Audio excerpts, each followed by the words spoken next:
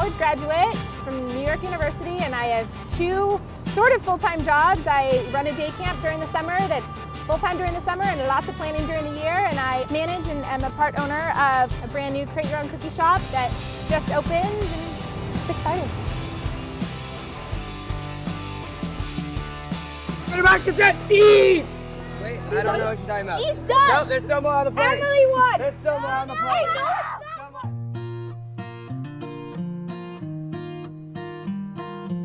I'm definitely scared that if Cookie Crazy doesn't work out, then what? All my bills are still gonna be there.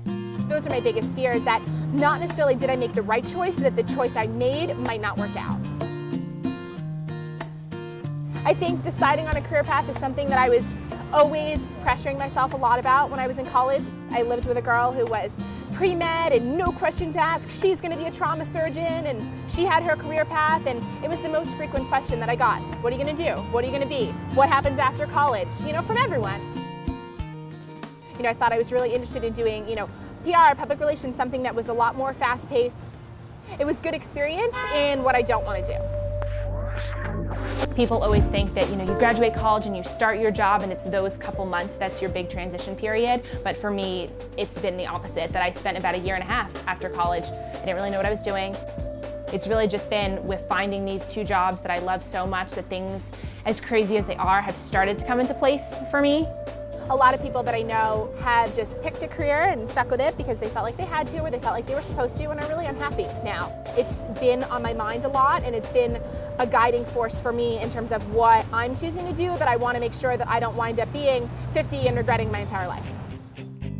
People change career paths all the time, and I don't think that the two things I'm doing right now are inevitably going to be what I wind up doing, but I think that doing as many different things as I've done has given me the opportunity to find out what I like and don't like.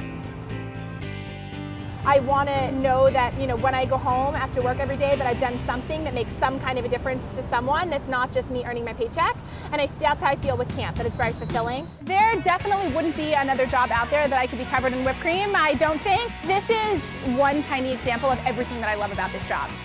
I think that part of being able to balance work and happiness is having a job that you like. If you hate your job, then every other part of your life has to be, mind-blowingly fun, spectacular, to even having some sort of balance.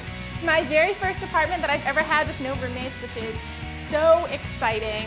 I've always been living in other people's spaces and with other people's stuff everywhere and by other people's rules. So now that I move out here and I have a real-life job, I figure I need a big girl apartment, so this is it.